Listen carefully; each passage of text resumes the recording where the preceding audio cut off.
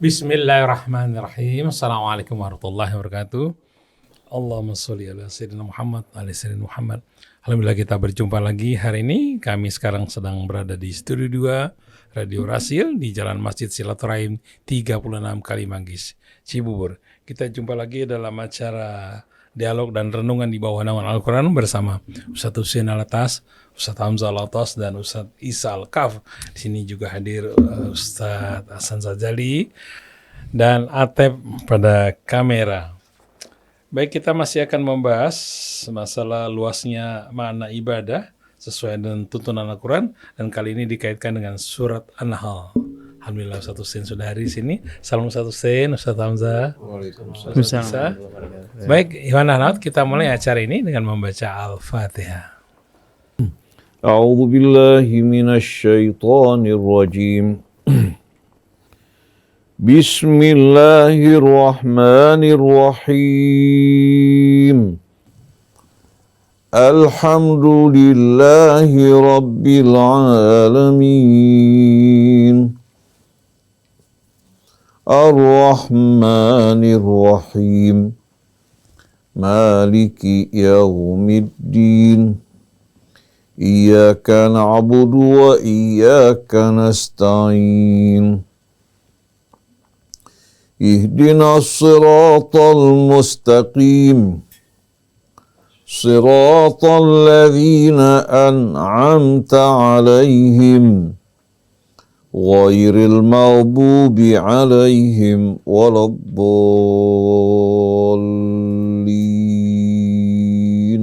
Alhamdulillah ya anak-anak, kita sudah membaca surat Al-Fatihah. Mudah-mudahan ini menjadi wasilah untuk bagaimana kita bisa memahami apa-apa yang disampaikan oleh guru-guru kita. Kali ini mengambil tema luasnya makna ibadah sesuai dengan tuntunan Al-Quran, dan ini kali ini dikaitkan dengan surat An-Nahl. Kepada Ustadz Isa, silakan diberikan pengantarnya. Jazakallah khairan jazakum Krisna. Bismillahirrahmanirrahim. Assalamualaikum warahmatullahi wabarakatuh. Waalaikumsalam. Anak yang dirahmati Allah Subhanahu wa taala, Ustaz Husain, Ustaz Hamzah dan Om Krisna.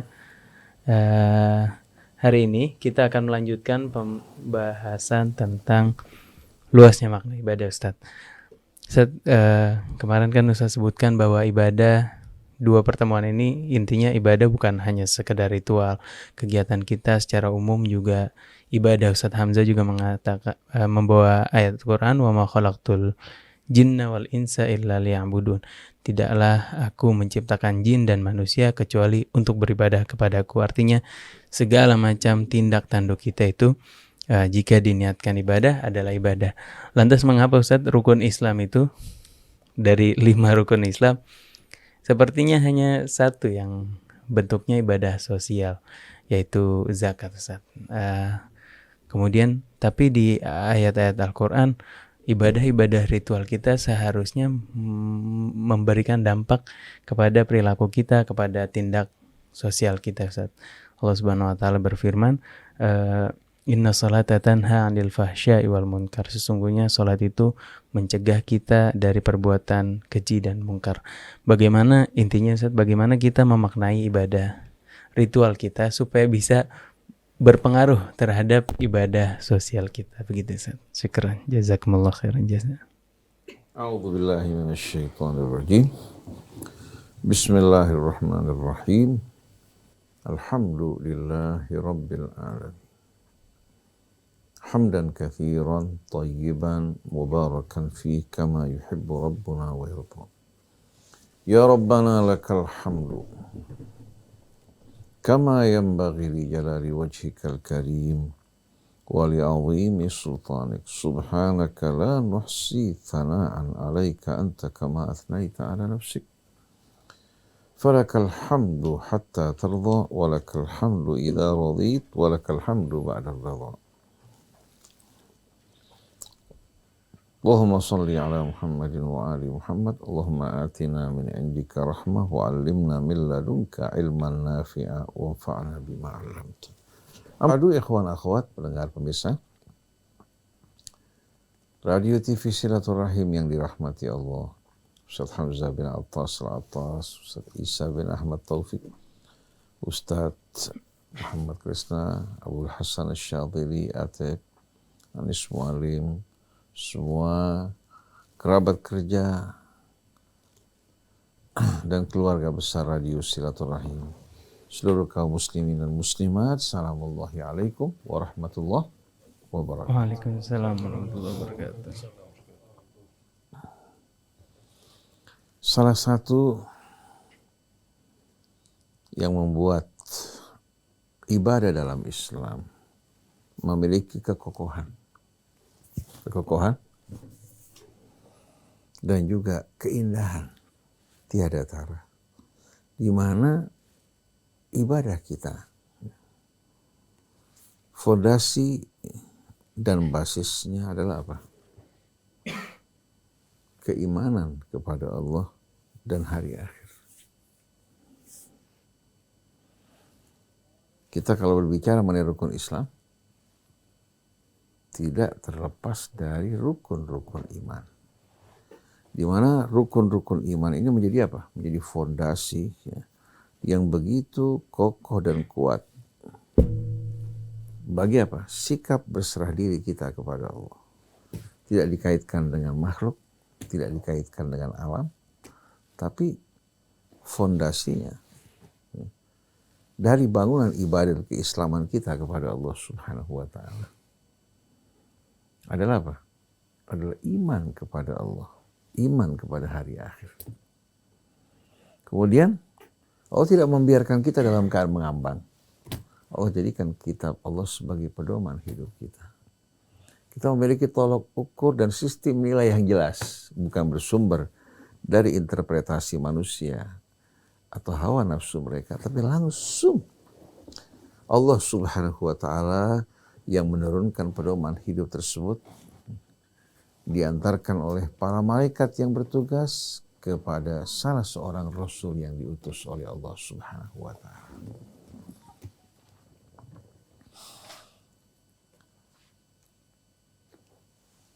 Ibadah kita, ya, walaupun kita mengerjakan berbagai macam kebajikan, menjauhkan apa-apa yang buruk, kalau tidak berasaskan keimanan kita kepada Allah, kepada hari akhir, dan tidak merujuk kepada pedoman hidup yang Allah ajarkan kepada kita semua, kira-kira bagaimana nilainya? Ada seorang pengusaha, pemilik perusahaan di Malaysia. Ketika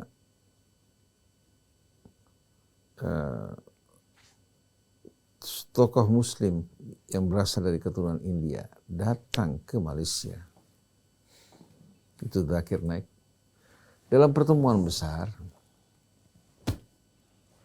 pengusaha India ini keturunan Malaysia atau warga Malaysia keturunan India bertanya kepada Zakir Naik, bagaimana pendapat Anda atau jawaban Anda? Seorang Muslim, dia mengaku beriman kepada Allah, tapi dalam kehidupannya tidak punya kepedulian, melakukan juga perbuatan-perbuatan buruk, ya. Seperti yang terjadi di Timur Tengah, menumpahkan darah manusia dengan begitu murah. Tapi dia sebagai seorang Muslim, apakah dia akan selamat di hari akhir nanti? Sedangkan saya, seorang non-Muslim, saya memiliki perusahaan, di bawah naungan saya sekian banyak orang bekerja. Dan sebagian besar adalah orang-orang Islam. Saya perlakukan mereka dengan baik dan mulia. Memberikan hak mereka dengan baik. Apakah saya akan menjadi penghuni api neraka? Dijawab oleh Zakir Naik. Seorang, alhamdulillahirabbil alamin, seorang tidak akan selamat di hari akhir nanti, tidak akan selamat di hari akhir nanti hanya dengan sekedar mengaku sebagai seorang mukmin atau muslim. Tapi keselamatan dia, ya, setelah dia beriman pada Allah, ditentukan oleh sikap dan perbuatannya dalam hidup. Apabila dia beriman kepada Allah, beriman kepada hari akhir, kemudian dilanjutkan dengan amalan-amalan soleh, jauh dari perbuatan aniaya, baru ini akan menjadi jaminan keselamatan buat dirinya. Tapi kalau dia muslim melakukan kejahatan, kezaliman,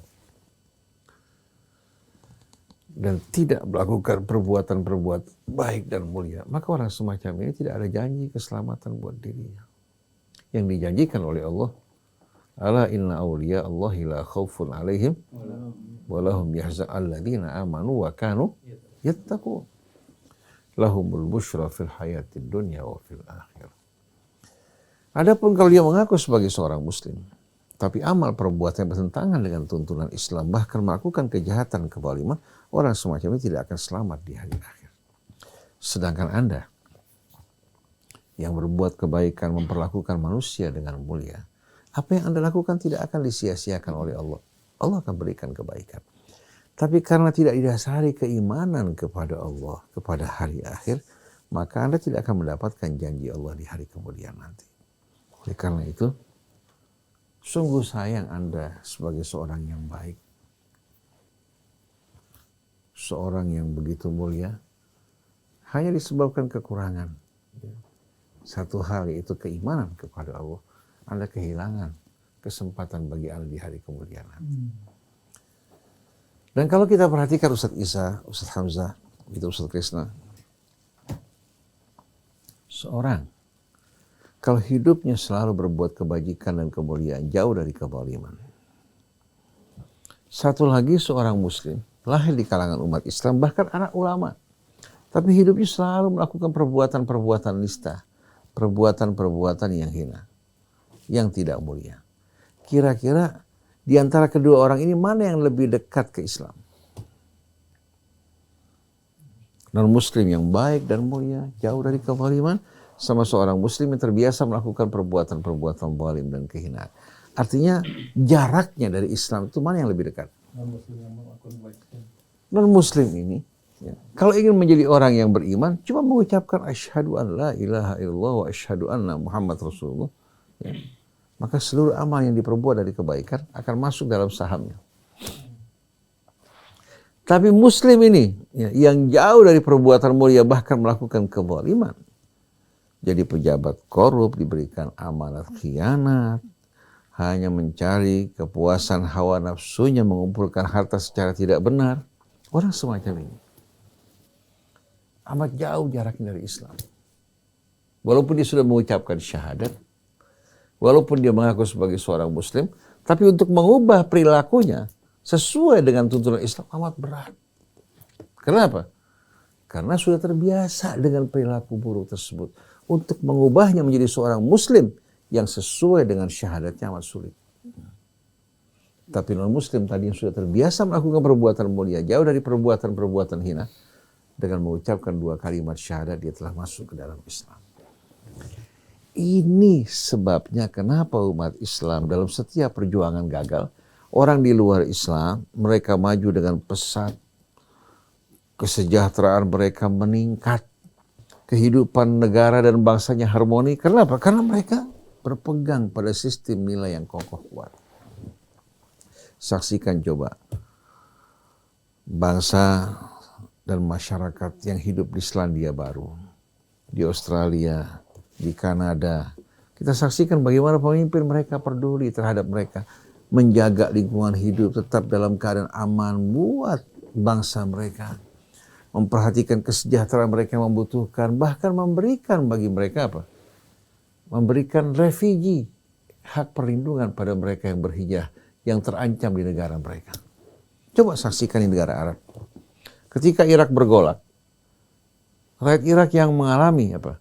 Yang mengalami tekanan yang luar biasa, berusaha untuk hijrah ke negara Arab seperti Saudi Arabia.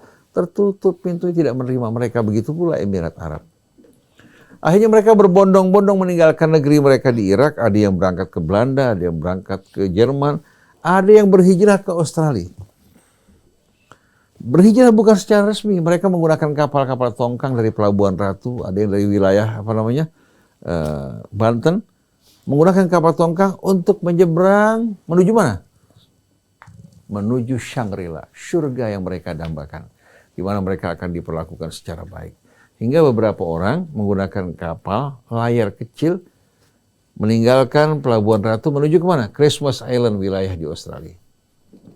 Pulau yang terdekat. Sampai di sana kapal mereka terdampar.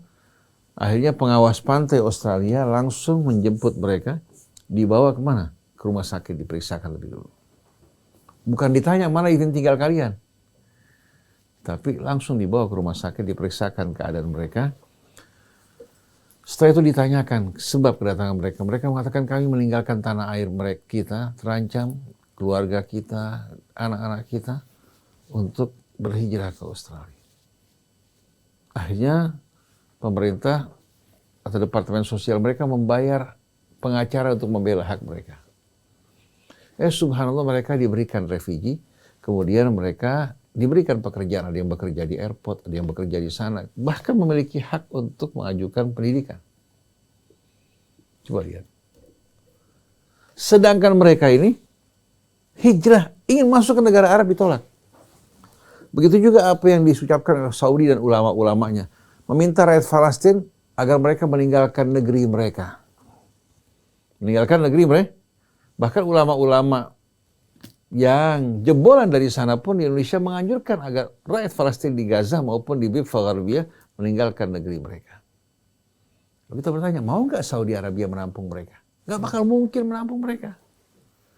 Tapi diperintahkan untuk meninggalkan Palestina. Kemana mereka harus pergi?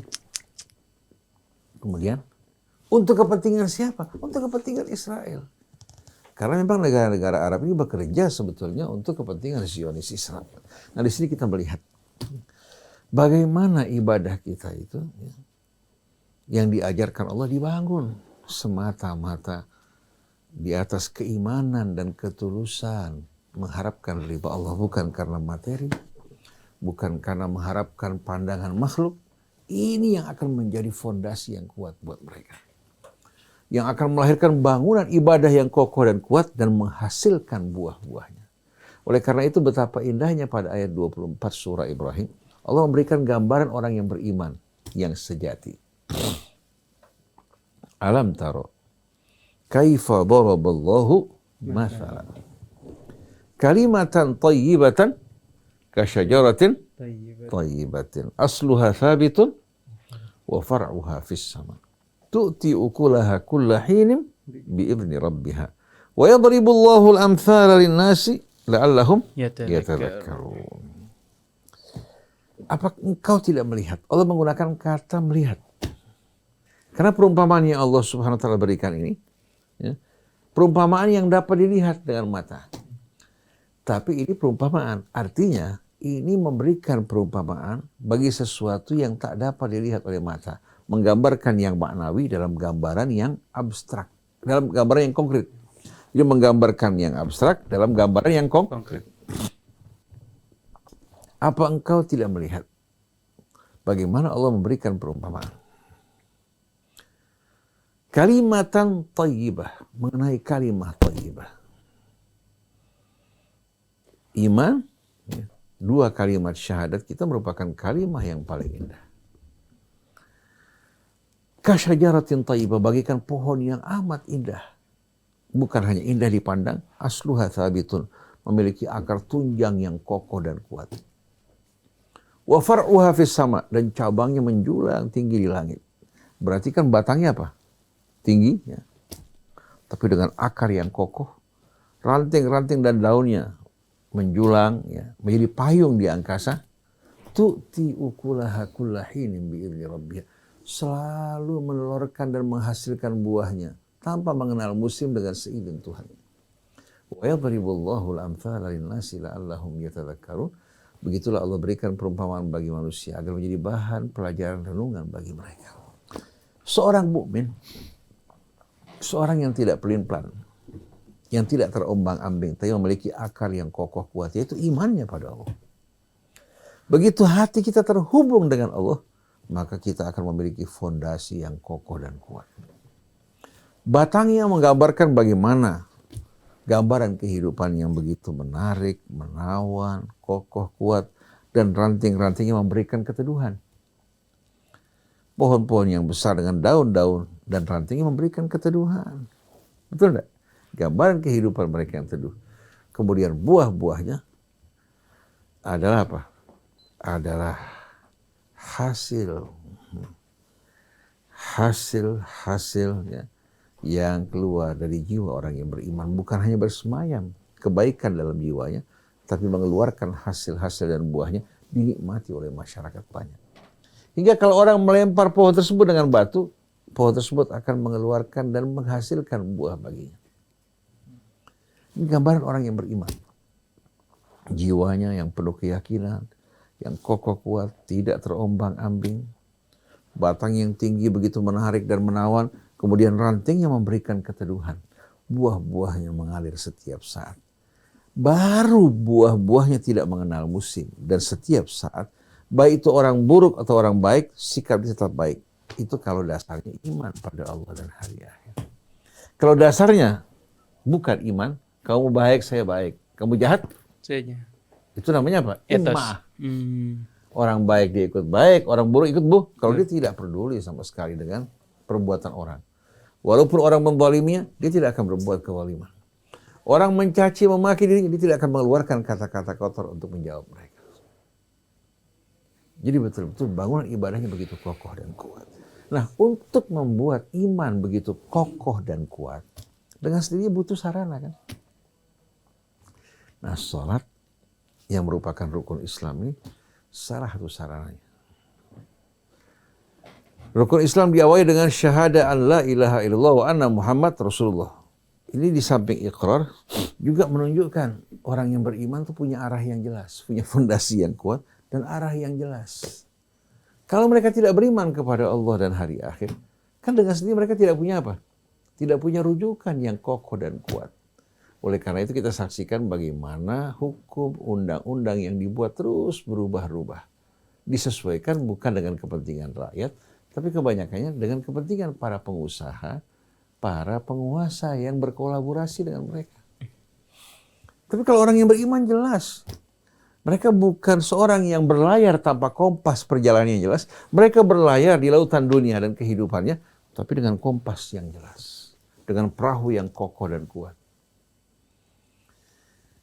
Jadi kita lihat bagaimana Allah jadikan ya, syahadat an la ilaha illallah wa anna Muhammad Rasulullah menjelaskan betul-betul kepribadian orang yang beriman. Jiwanya. Ya. Setelah itu dilanjutkan dengan sholat. Untuk membuat jiwa selalu basah dengan zikrullah. Sebagaimana tanah tanpa disiram akan berubah menjadi kering kerontang, maka sholat akan menyirami apa? Jiwanya selalu dengan ingatan kepada Allah. Juga pengawasan Allah terhadap dirinya. Kemudian yang ketiga, apa? Salat dalam Al-Quran didampingi dengan zakat. Betul nggak? Zakat ini merupakan buah-buah dari keimanan kepada Allah dan hari akhir. Kalau orang tidak memiliki keimanan kepada Allah dan hari akhir, maka berat pasti dia akan mengeluarkan apa yang dimiliki. Dia susah payah bekerja, berkeringat, masa dengan mudah dia akan berikan buat orang. Harus ada motivasi yang kuat. Nah, motivasi yang datang dari Allah Subhanahu wa Ta'ala justru apa? Allah menjanjikan baginya balasan yang lebih baik, membebaskan dari ketakutan, kesedihan, memberkahi rezekinya. Ini kan semua kembali kepada motivasi iman kan? Kemudian menjalankan ibadah puasa agar dia memiliki kendali diri. Dia berpuasa dari apa yang dihalalkan Allah untuk membiasakan diri menjauhkan apa yang diharamkan Allah. Kalau orang walaupun tampan, walaupun cantik, walaupun gagah, kaya raya, tidak memiliki kendali diri, apa jadinya? Kira-kira Isa, kalau saya ditawarkan naik mobil Mercy, ya, katakan S400 atau 600. S6 lah. S600. Semuanya baik. Kencang. Tapi nggak ada remnya. Allah. Sama mobil Kijang biasa yang murahan, tapi semuanya kira-kira pilih mana? Kijang. Pilih Mercy 600 yang nggak ada remnya, padahal baru keluar, atau Kijang yang lama, tapi semuanya dalam keadaan normal. Proton Exor. Atau Proton. Jadi kita lihat, orang walaupun memiliki mobil mewah, kalau tidak ada nggak bakal berani keluar. Betul nggak? Betul. Beresiko buat dia. Begitu juga manusia, bagaimanapun tampan, bagaimanapun gagah, bagaimanapun cantik, kaya. Kalau tidak memiliki rem yang mengendalikan dirinya, apa jadinya? Semakin digas, semakin apa? Semakin banyak tabrakan-tabrakan di sana maupun di sini. Jadi puasa pendidikan buat dia. Litukabbirullaha ala ma hadakum wa la'allakum tashkurun. Begitu orang melakukan ibadah siam dengan tulus, kebesaran keagungan Allah akan semakin kuat dalam jiwanya. Dan akan juga mendidik dirinya untuk mensyukuri nikmat Allah. Para shaimin subhanallah di waktu siang betul-betul ditekan kondisinya, keadaan begitu berbuka puasa, dia menemukan kebahagiaan. Di siang hari ada yang dinantikan, begitu berbuka puasa subhanallah, hatta kue semprong enaknya Masya Allah. Betul nggak? Hatta nasi sama apa? Sama makan ala kari, nikmatnya luar biasa. Yang tadi waktu hari-hari biasa kita nggak bernafsu, tapi begitu puasa semua nikmat. Kemudian melaksanakan haji bagi mereka yang mampu. Allah ingatkan dirinya bahwa apa? Bahwa manusia itu bukan hanya dirinya, bukan hanya sukunya, bukan hanya bangsanya. Allah undang bersama-sama seluruh anak manusia yang berasal dari ayah ibu yang sama, berkumpul di tempat yang sama, menghadapkan wajah mereka kepada Allah Subhanahu wa taala. Ini merupakan apa? Dakwah yang amat indah yang mengajak bukan hanya persatuan di antara suku, bangsa, tapi persatuan yang menyatukan umat manusia dengan berpegang pada kalimat Allah dan talinya. Karena kalau berpegang kepada ikatan kesukuan, ataupun bangsa, ataupun katakan kelompok, yang ada hanya pertumpahan darah, perpecahan, permusuhan, kebanggaan, dan kebencian. Tapi bersatu dalam kalimat Allah, ini yang diserukan oleh Allah. Kita memandang manusia yang hitam, yang putih sama saudara kita. Sebenarnya dalam haji begitu banyak pelajaran yang harus Luar biasa kan? Di samping tadi juga haji ini betul-betul berisikan pendidikan yang amat indah bagi kita. Dan juga dia merupakan miniatur hari kebangkitan nanti. Semua manusia menggunakan pakaian yang sama. Di hari kebangkitan nanti, flexing tidak berguna lagi. Pamer kekayaan, selfie, dan lain sebagainya nggak ada sama sekali. Semua manusia akan berkumpul di tempat yang sama. Hati mereka bergetar penuh rasa takut. Kecuali mereka-mereka yang beriman dan bertakwa pada Allah Subhanahu wa ta'ala. Jadi rukun-rukun Islam tadi ya, merupakan apa? Merupakan dasar, fondasi ya, yang kokoh dan kuat bagi kita, atau merupakan sarana dalam memperkokoh apa? Dalam memperkokoh keimanan dan hubungan kita kepada Allah Subhanahu wa ta'ala. Dan juga hubungan antara kita dengan manusia sebagai ungkapan rasa syukur kita kepada Allah Subhanahu wa ta'ala. Oleh karena itu dalam pesan yang disampaikan oleh para pengikut Nabi Musa kepada Qarun, wabtaghi fima atakallahu darul akhirah.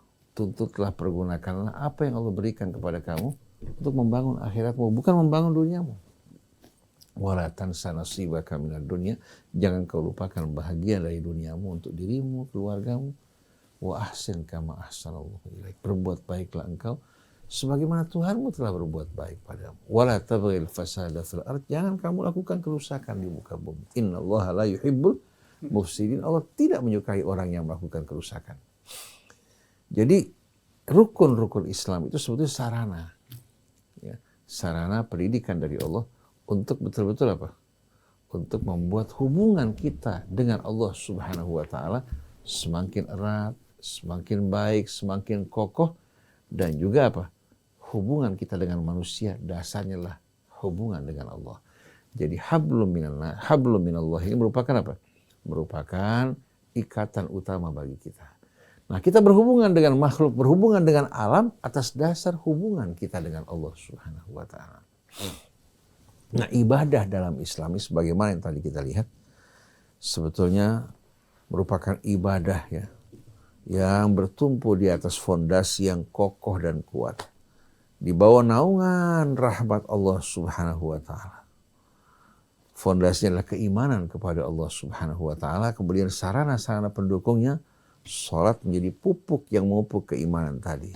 Yang memupuk di hati kita juga rasa apa? Rasa hormat, rasa takut, dan juga syukur kepada Allah Subhanahu wa ta'ala.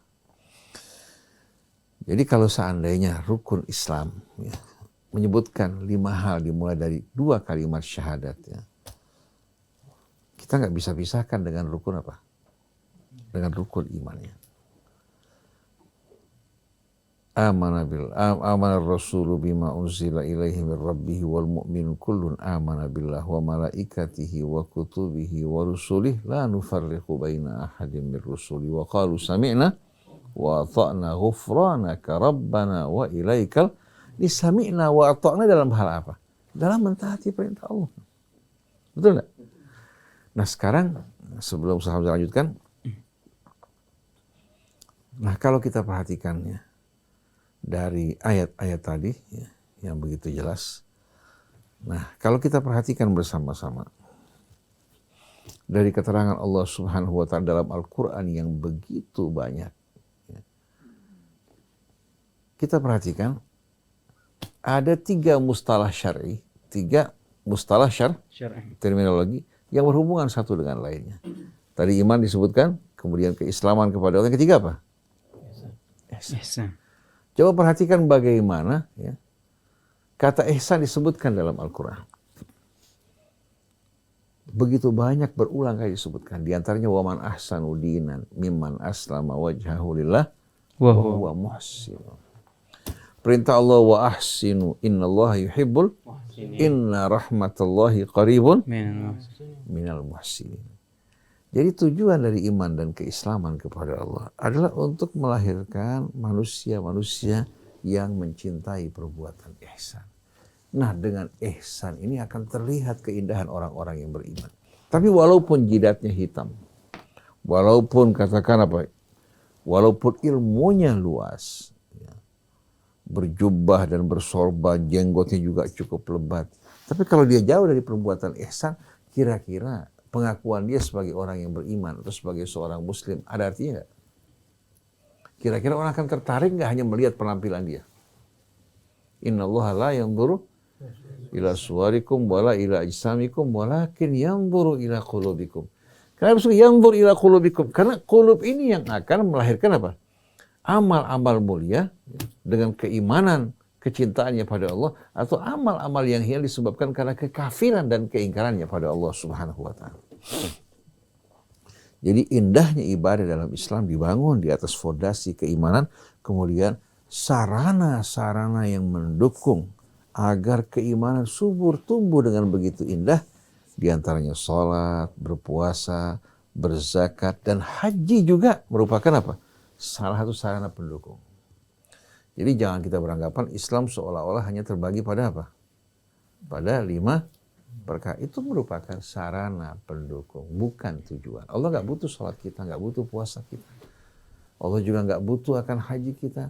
Tapi semua ini sebagaimana yang kita baca dalam Al-Quran. Watlu ma uhiya ilaika minal kitab wa aqimis shalah inna sholata tanha 'anil fahsya'i wal munkar. Bacalah apa yang diwahyukan kepadamu dari isi Alkitab dan dirikan sholat. Sholat ini, bila kamu dirikan dengan benar, akan mencegah kamu dari perbuatan keji dan mungkar. Kenapa? Karena sholat melahirkan apa? Rasa khasyah, hormat dalam hati kita kepada Allah. Melahirkan juga apa? Semangat muraqabah. Kita selalu mengawasi diri kita, karena kita merasa bahwa kita berhadapan dengan Allah. Sebanyak 5 kali satu hari paling sedikit. Bagaimana perasaan orang yang beriman di saat dia menghadap ke hadapan Allah, tapi melakukan perbuatan-perbuatan yang tidak baik? Apa tidak merasa malu pada Allah? Kemudian ya, kita lihat berkaitan dengan ibadah siyam. Kutiba alaikumus siyam kama kutiba alal ladzina min qablikum la'allakum tattaqun. Tujuan dari siyam supaya kita bertakwa. Nah, tujuan dari apa? Zakat. Sebagaimana kita tahu, zakat ini betul-betul merupakan amal yang amat indah setelah orang beriman pada Allah Subhanahu wa taala, mendirikan salat, di mana zakat ini di samping dia membersihkan jiwa kita dari kotoran-kotoran yang melekat, menumbuhkan juga apa? Semangat yang amat indah. Ya. Kecintaan pada kebajikan membuat orang begitu dia melangkah satu langkah dalam kebajikan, dalam perbuatan-perbuatan mulia seperti zakat, dia akan melangkah 10 kali lipat. Dengan mudah dia akan betul-betul yakin akan janji Allah dan semangat berbuat kebaikan akan meningkat. Oleh karena itu Allah berkata dalam surat Taubah kepada Rasulnya, khudh min amwalihim shadaqatan. Ambil dari harta mereka sebagai bukti bukan hanya ucapan kosong di orang yang beriman, tapi sebagai bukti akan keimanan mereka, sebagaimana dalam hadis was-shadaqatu burhan. Tuzakihim, tuzak, yang membersihkan noda-noda kotoran yang melekat juga menumbuhkan nilai-nilai mulia dalam jiwanya. Wa tutahhiruhum biha wa sholli alaihim, dan bacakan doa untuk mereka, selawat untuk mereka wahai Rasulullah. Inna salataka sakanun lahum, selawatmu akan memberikan ketenangan bagi mereka. Allah bebaskan mereka dari ketakutan dan kesedihan. Orang kalau begitu jiwanya bebas dari takut kan punya rasa percaya diri luar biasa kan? Begitu juga kedukaan. Tapi kalau orang jiwanya penuh ketakutan, kegelisahan, tidak punya rasa percaya diri, cemas, apa arti hidupnya? Jadi semuanya sebetulnya sarana-sarana yang mengikat, menghubungkan dia dari hari ke hari dengan Allah Subhanahu wa Ta'ala. Di saat jiwa seseorang terhubung dengan Allah, mudah baginya melakukan segala kebajikan.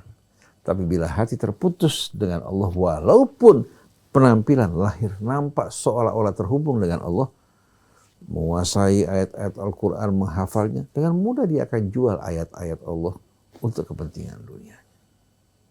Wallahu a'lam. Bismillahirrahmanirrahim.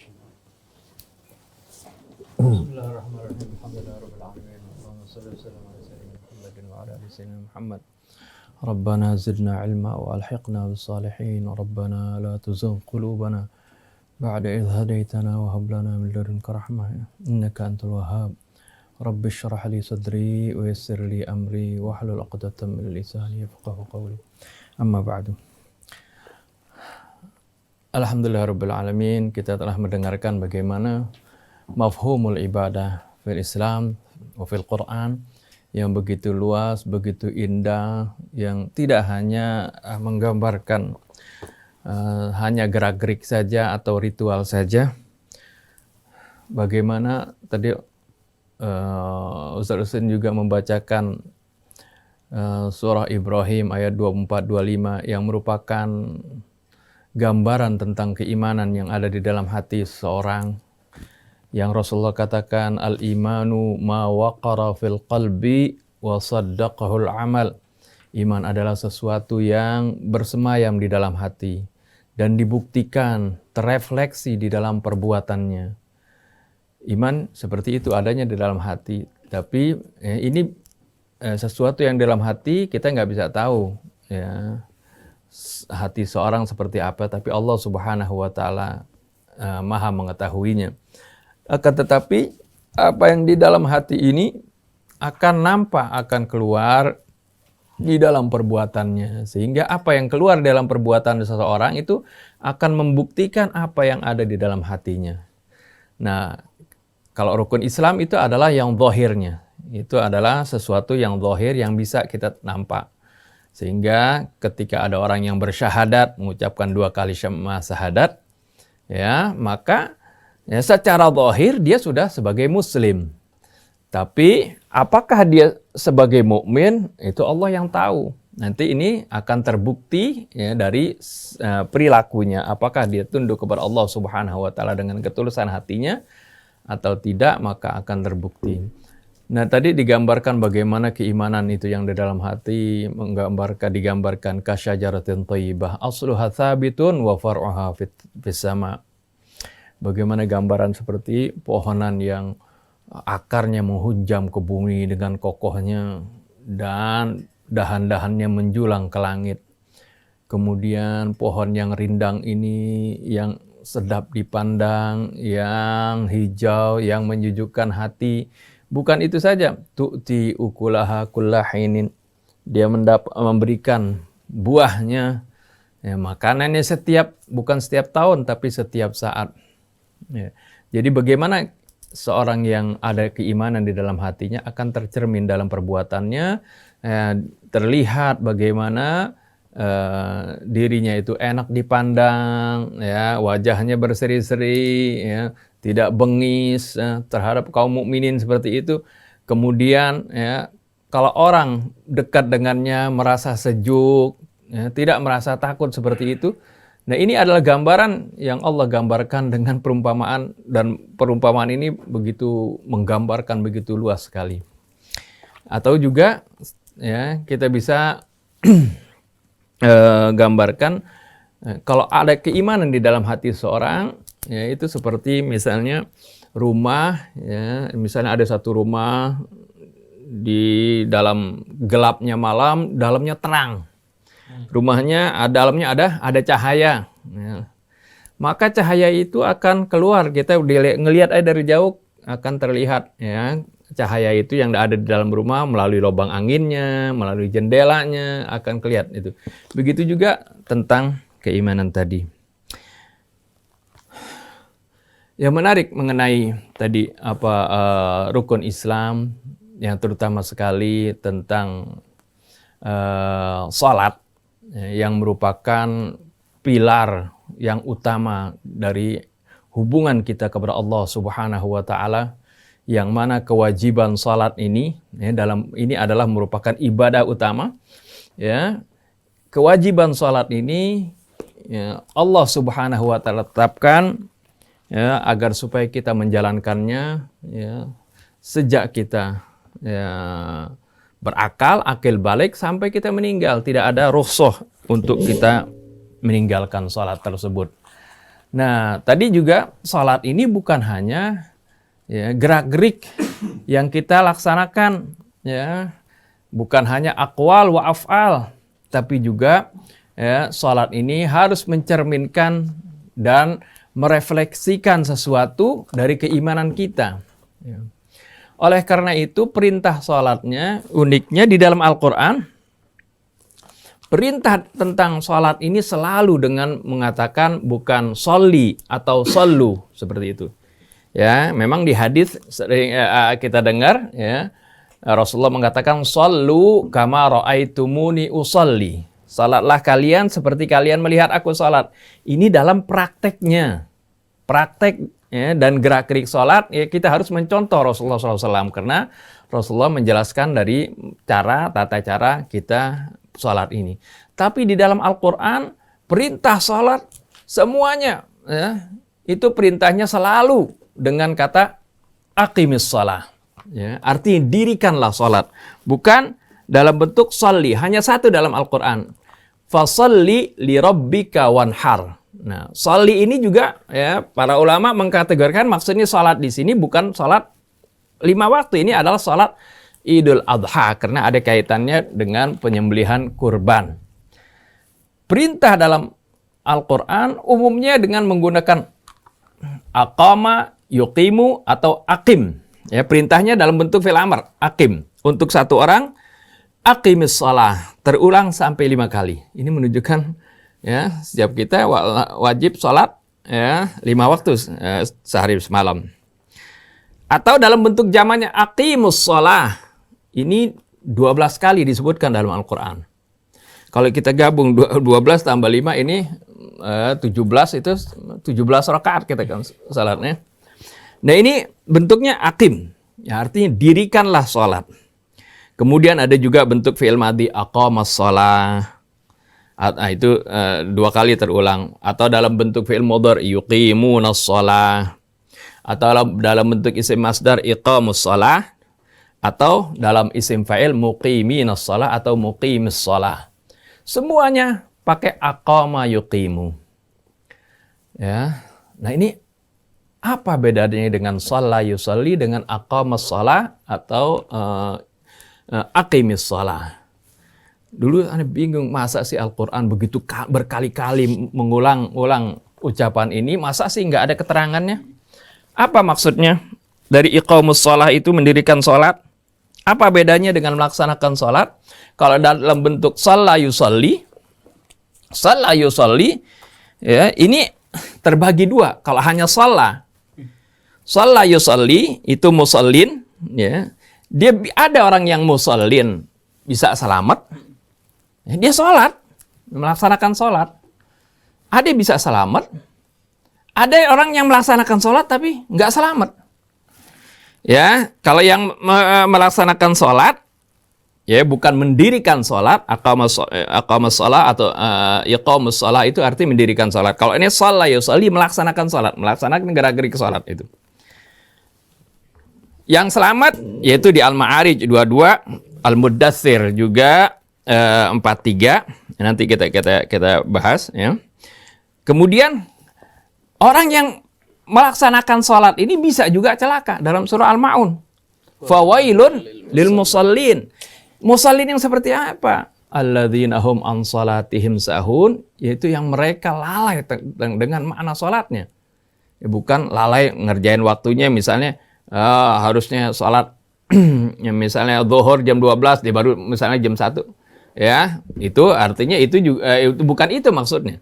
Tapi itu juga ya itu kurang disiplin namanya kalau dia harusnya yang terbaik adalah di awal waktu seperti itu. Tapi yang dimaksudnya di sini lalai adalah dari makna sholatnya. Itu diartikan atau dijelaskan oleh ayat berikutnya, yaitu alladzina hum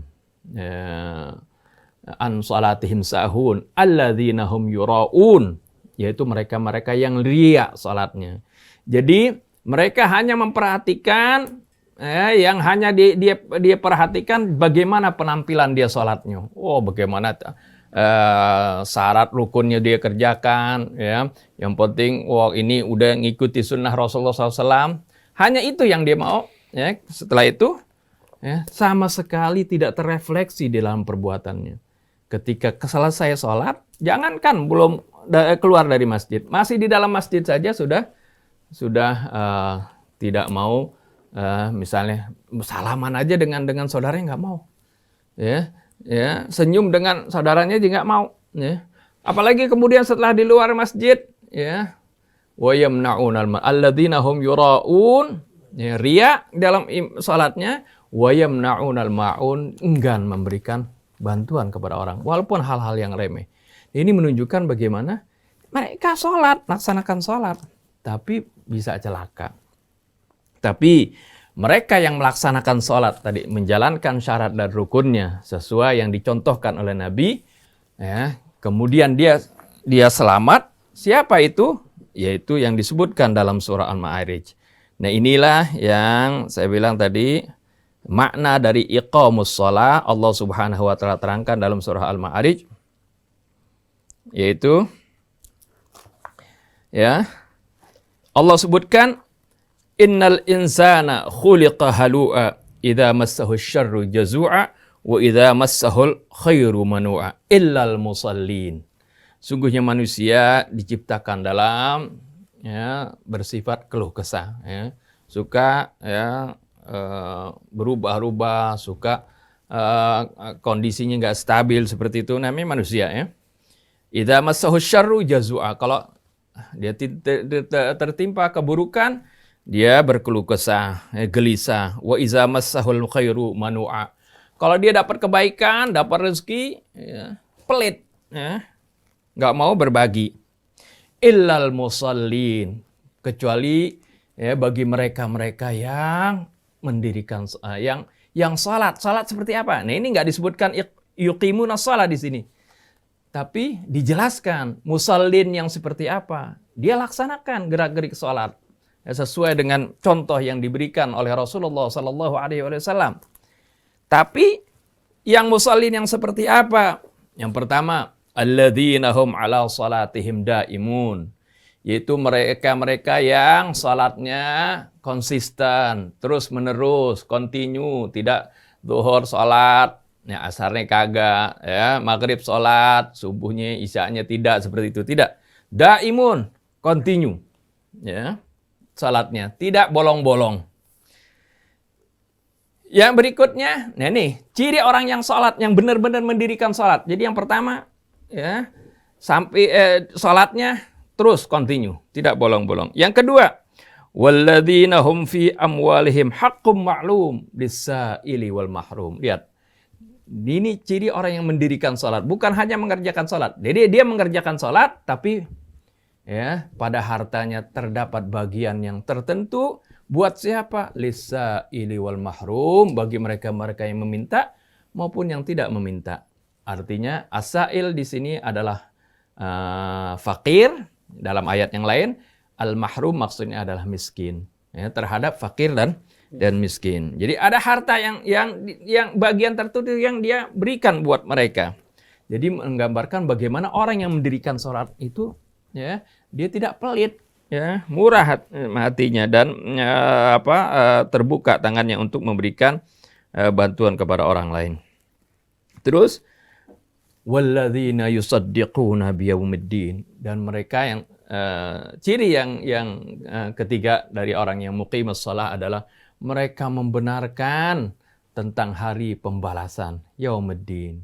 Sebab kalau orang nggak percaya kepada yaumuddin, yaumul hisab, hari hisab nanti, ya dia sudah sholat. Setelah di luar sholat, dia mau korupsi dia mau mencaci maki orang, dia keyakinannya tidak ada nanti bahwasanya setiap amalnya itu akan dihisab, akan dimintai pertanggungjawaban oleh Allah.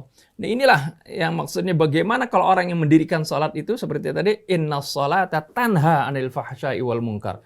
Karena dia yakin bahwasanya setiap amal perbuatan saya bukan saja di masjid, di luar masjid, lagi berdagang, apa jadi pejabat, atau jadi pemimpin, atau jadi karyawan, semuanya itu akan dinilai oleh Allah Subhanahu wa taala.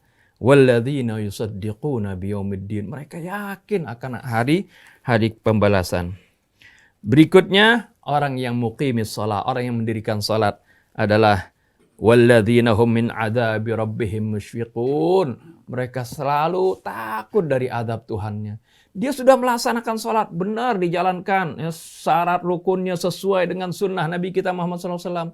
Setelah dia melaksanakan, bukan dia jadi bangga, oh nih salat gue paling nyunnah nih, salat ente mah enggak, tapi dia takut, dia khawatir bahwasanya nanti apa diterima salat saya. Ini juga yang diceritakan ketika ada seorang sahabat nanya kepada Sayyidatina Aisyah, apa maksudnya walladzina yu'tuna ma atau wa qulubuhum wajilatun annahum ila rabbihim raji'un. Apa maksudnya? Apakah dulu ini maksudnya sahabat-sahabat kalau mereka telah berzina, telah mencuri, lalu mereka takut? Sayyidatina Aisyah bilang bukan begitu maksudnya. Walladzina yu'tuna ma atau, mereka-mereka yang telah mempersembahkan apa yang mereka persembahkan. Artinya mereka sudah sholat, mereka sudah berjuang, sudah mengeluarkan zakat, sudah melakukan berbagai kebaikan, tapi mereka itu takut, khawatir kalau amal mereka itu nggak diterima oleh Allah Subhanahu wa taala. Jadi mereka begitu takutnya, begitu khawatirnya walaupun sudah berbuat baik. Jadi kalau seorang berbuat baik, kemudian dia sombong, maka jangan harap amalnya akan diterima. Karena Allah paling benci terhadap orang yang sombong. Innallaha la yuhibbu kulla mukhtalin fakhur. Allah nggak suka, Allah sangat benci kepada orang yang sombong dan juga membanggakan dirinya. Jadi, ciri orang yang muqiminus shalah, mereka selalu khawatir akan azab Tuhannya. Inna adzaba rabbihim ghairu ma'mun. Sungguhnya azab Tuhan itu tidak ada orang yang bisa merasa aman. Walladzina hum li furujihim hafizun. Ciri orang muqimis shalah, mereka menjaga kemaluannya. Inilah yang Allah katakan innas salata wa aqimis salata innas salata tanha 'anil fahsya'i wal munkar. Al fahsya itu perbuatan zina, perbuatan homoseksual, perbuatan yang keji. Walladzina hum li furujihim hafizun illa 'ala azwajihim aw ma malakat aymanuhum. Dan mereka-mereka yang menjaga kemaluannya kecuali terhadap istri-istri atau pasangan-pasangan mereka, aw ma malakat aymanuhum, atau hamba sahaya mereka. Ini zaman dahulu fa innahum ghairu malumin, maka hal tersebut tidak tercela. Faman ibtagha wara'a dzalika faulaika humul adun. Barang siapa yang mencari di luar itu, maka mereka adalah orang-orang yang melampaui batas. Berikutnya, ciri orang muqiminus shalah yang berikutnya adalah, lihat bagaimana orang yang mendirikan salat ketika dia bertransaksi, dia menjadi pejabat atau dia dipercayakan pada suatu kedudukan tertentu, walladzina hum li amanatihim wa ahdihim ra'un, dan mereka-mereka yang senantiasa menjaga amanah dan janji mereka. Jadi orang yang muqiminus shalah komitmen dengan janjinya. Kalau berjanji dia tepati janjinya. Kalau dia percaya, diberikan amanat, dia jalankan amanatnya. Jadi walaupun orang misalnya dalam salatnya ya sampai jidatnya hitam misalnya. Tapi ketika dikasih amanah dia khianat. Lihat, dia memang yusolli tapi dia laisa muqimus shalah, bukan muqimus. Kalau orang muqimus shalah dia seperti itu. Nah ini ini makna yang sebenarnya dari iqamus shalah. Walladzina hum li amanatihim wa ahdihim ra'un. Walladzina hum bi syahadatihim qaimun. Ya, ciri berikutnya adalah mereka memegang teguh kesaksiannya. Ya, mereka kalau menjadi saksi, ya, mereka bukan menjadi saksi palsu. Ini penting sekali, sebab dengan kesaksian seseorang, orang bisa dihukum mati. Ya, misalnya di pengadilan, dengan kesaksian orang, hak orang bisa hilang seperti itu. Orang yang mukmin dia menjaga kesaksian ini. Yang terakhir ditutup, ya, diawali tadi dengan sholat, diakhiri juga dengan sholat. Ini makna dari iqamus sholat sebenarnya, yaitu walladzina hum ala sholatihim yuhafidhun. Mereka-mereka yang termasuk muqimus sholat adalah yang tadi, kalau tadi diawali sholatnya itu continue, tidak bolong-bolong. Nah di sini dia tutup dengan walladzina hum ala sholatihim yuhafidhun. Mereka-mereka yang menjaga sholatnya. Ya, yuhafidhun arti menjaga apa? Menjaga sholat. Sholatnya itu misalnya syarat dan rukunnya dia jaga, ya. Syarat dan rukunnya dijaga. Jadi walladzina hum ala sholatihim yuhafidhun. Nah, mereka ini langsung dapat jaminan. Kalau tadi, kalau musallin bisa ada kemungkinan dua, dia bisa selamat atau bisa celaka. Ya, tergantung musallin seperti apa. Tapi kalau muqiminas shalah, ya, selalu di dalam Al-Qur'an itu bahwasanya mereka yang muqiminas shalah, artinya mendirikan salat, mereka dijamin oleh Allah Subhanahu wa taala. Disebutkan oleh Allah dalam Al-Qur'an selalu, mereka adalah min ahlil jannah. Ulaika fi jannatim mukramun. Mereka itu berada di dalam surga. Ya, mukramun yang diberikan kemuliaan oleh Allah Subhanahu wa taala.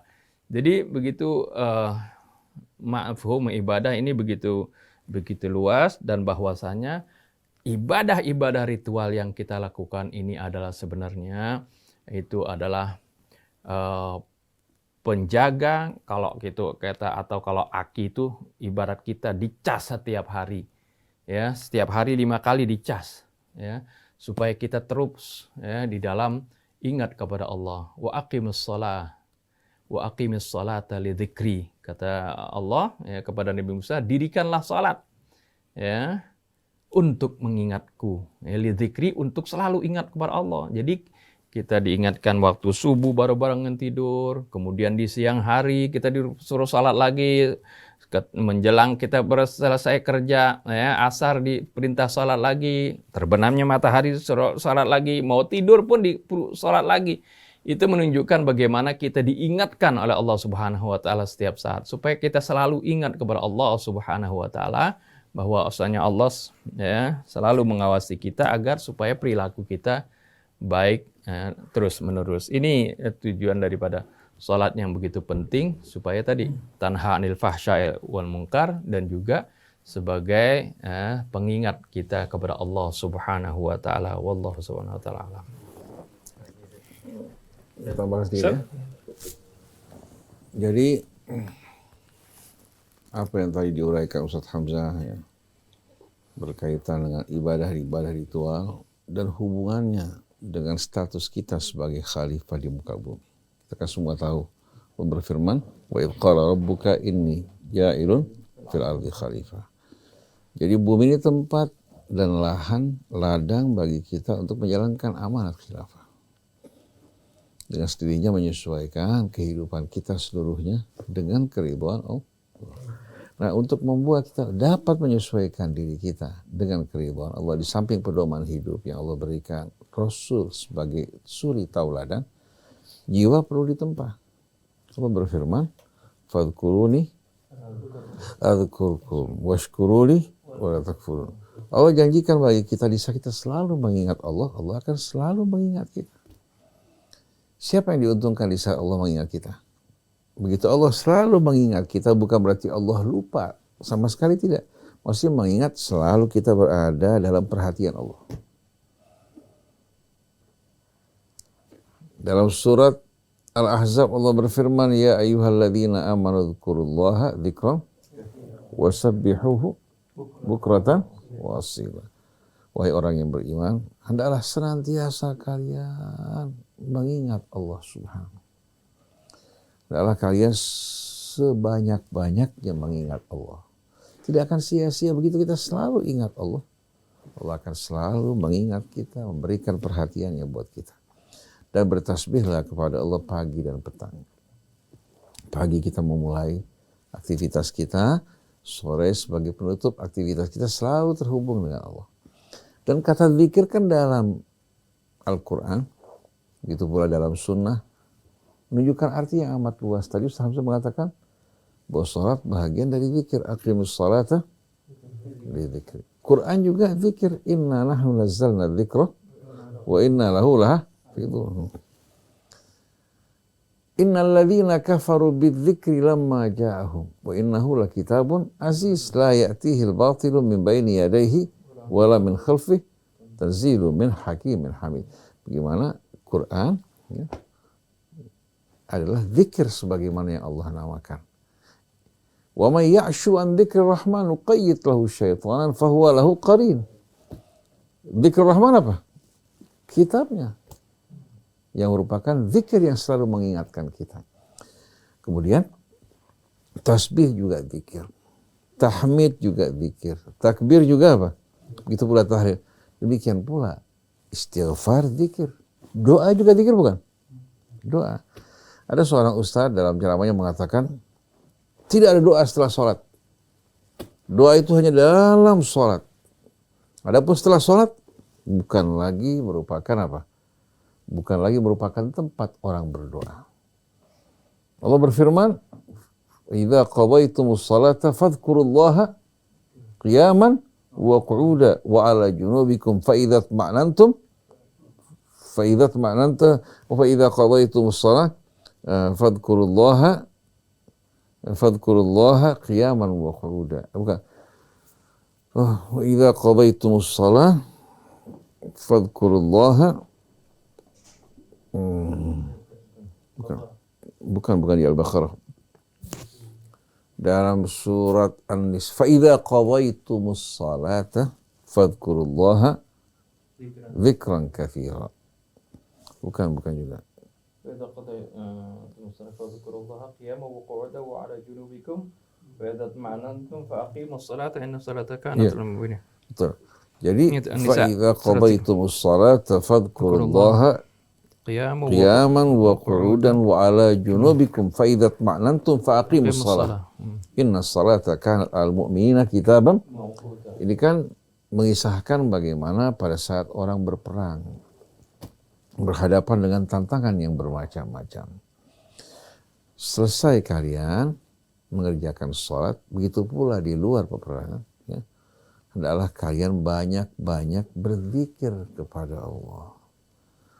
Fa'idat ma'nantum, kalau kalian dalam keadaan tumaknina, artinya jauh dalam suasana perang, mencekam dan lain sebagainya, faqimus shalah. Inna salata kanat al-mu'minina kitaban mawquta. Sesungguhnya salat bagi orang yang beriman merupakan kewajiban yang ditentukan waktunya langsung oleh Allah Subhanahu wa ta'ala. Kita lihat bagaimana setelah salat Allah perintahkan kita berzikir. Cuma sayang ustadz tersebut mengatakan bahwa kita setelah sholat hanya diperintahkan berzikir, tidak berdoa. Padahal doa bahagian dari zikir. Doa bahagian dari zikir, zikrullah dengan istighfar, dengan doa memohon, ya, perlindungan kepadanya merupakan zikir. Begitu juga Allah berfirman, aqimis salata tarafain nahari wa zulafa minal lail innal hasanat yudhibna sayyi'at dzalika dzikra lidzakirin. Dirikan salat pada dua tepi siang. Tepi yang pertama fajar, tepi yang kedua adalah apa? Setelah tergelincir matahari zuhur dan asar, wa zulafa minal lail adalah maghrib dan isya. Setelah itu apa? Innal hasanat yudhibna sayyi'at. Amal-amal kebaikan tadi akan menghapuskan apa? Keburukan-keburukan hingga jiwa kita kembali ceria, terang benderang. Dzalika dzikra lidzakirin. Yang demikian itu adalah zikra, peringatan yang selalu mengingatkan orang-orang yang berzikir. Jadi zikrullah ini mencakup arti yang luas. Di samping tasbih, tahmid, takbir, juga doa. Dan saat yang paling indah bagi seorang berdoa, di samping pada saat dia sujud, setelah sholat. Karena apa? Karena habis menunaikan amal yang paling dicintai Allah. Para Allah berfirman, ya ayyuhalladzina amanu taqullaha wabtaghu ilaihil wasilah. Bertakwalah pada Allah, dan dalam melakukan pendekatan kepada Allah, kerjakan wasilah-wasilah yang dicintai Allah. Oleh karena itu, kenapa orang di saat ingin berdoa dianjurkan untuk bersedekah, beristighfar, diawali doanya dengan tahmid, kemudian selawat pada Rasul, kemudian dia berdoa. Artinya, di saat dia memohon pada Allah, hendaknya sebagai pembuka jalan, mulai dengan apa yang dicintai Allah. Nah, sholat merupakan amal yang paling dicintai Allah. Kemudian kita berdoa. Jadi jangan kita persempit ranah doa kita kepada Allah dengan pemahaman-pemahaman ayat yang dangkal. Dan kenapa kita ganggu orang yang ingin berdoa? Kenapa justru kita tidak ingatkan mereka-mereka yang lalai? Kan aneh luar biasa kan? Nah, di sini kita melihat bahwa ibadah ritual itu amat penting. Menjaganya dengan khusyuk, ya, menjaga syarat-syarat dan rukun-rukunnya. Karena apa? Karena ibadah ritual ini yang akan menjadi apa? Menjadi penempa, pelindung bagi hati kita dari berbagai macam gangguan syaitan dan juga pengecasan ulang seperti yang Ustaz tadi katakan. Kalau kita melakukan sholat sebanyak 5 kali satu hari, digambarkan oleh Rasul, ya, dalam sebuah riwayat, seorang tinggal di tepi sungai. Kemudian, ya, sebanyak 5 kali dia membersihkan dirinya. Membersihkan dirinya. Kira-kira ada nggak yang tersisa dari kotorannya? Tidak ada. Nah, kalau ini perumpamaan dari kotoran lain, bagaimana kotoran batin dengan selalu kita mensucikan diri kepada Allah? Oleh karena itu dalam suratul Alaq, qad aflaha man tazakka. Setelah itu wa dzakara asma rabbih fasal. Sungguh beruntung orang yang mensucikan dirinya, lalu dia menyebut, mengingat Tuhan dan melakukan sholat. Jadi ini semua merupakan amalan-amalan yang akan menempa, yang akan mensucikan dan juga mengecas jiwanya hingga seorang mukmin keluar dari sholat menjadi orang yang betul-betul terang benderang, penuh gairah pada kebaikan. Oleh karena itu, yang Ustaz tadi katakan, kalau Allah berfirman qad aflahal mu'minun alladzina hum fi salatihim khashi'un, Allah katakan fawailun lil musallin alladzina hum an salatihim sahun. Sahun bukan berarti dia meninggalkan salat. Kalau enggak mungkin orang makan musallin. Musallin itu orang yang rajin mengerjakan salat. Dia salat cuma hatinya kemana-mana lalai. Betul enggak? Betul. Jadi betapa pentingnya salat yang merupakan amal yang paling dicintai Allah. Demikian pula pentingnya kita berzakat yang akan mensucikan jiwa kita dan harta kita, jiwa dari rasa kikir, dari kecintaan pada dunia, juga membersihkan harta kita dari kotoran-kotoran yang melekat pada usaha kita.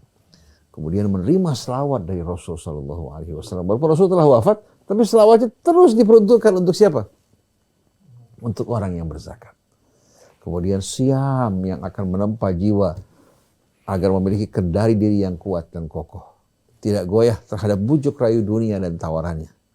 Kemudian berhaji mengingatkan kita akan persaudaraan yang begitu indah di antara umat manusia.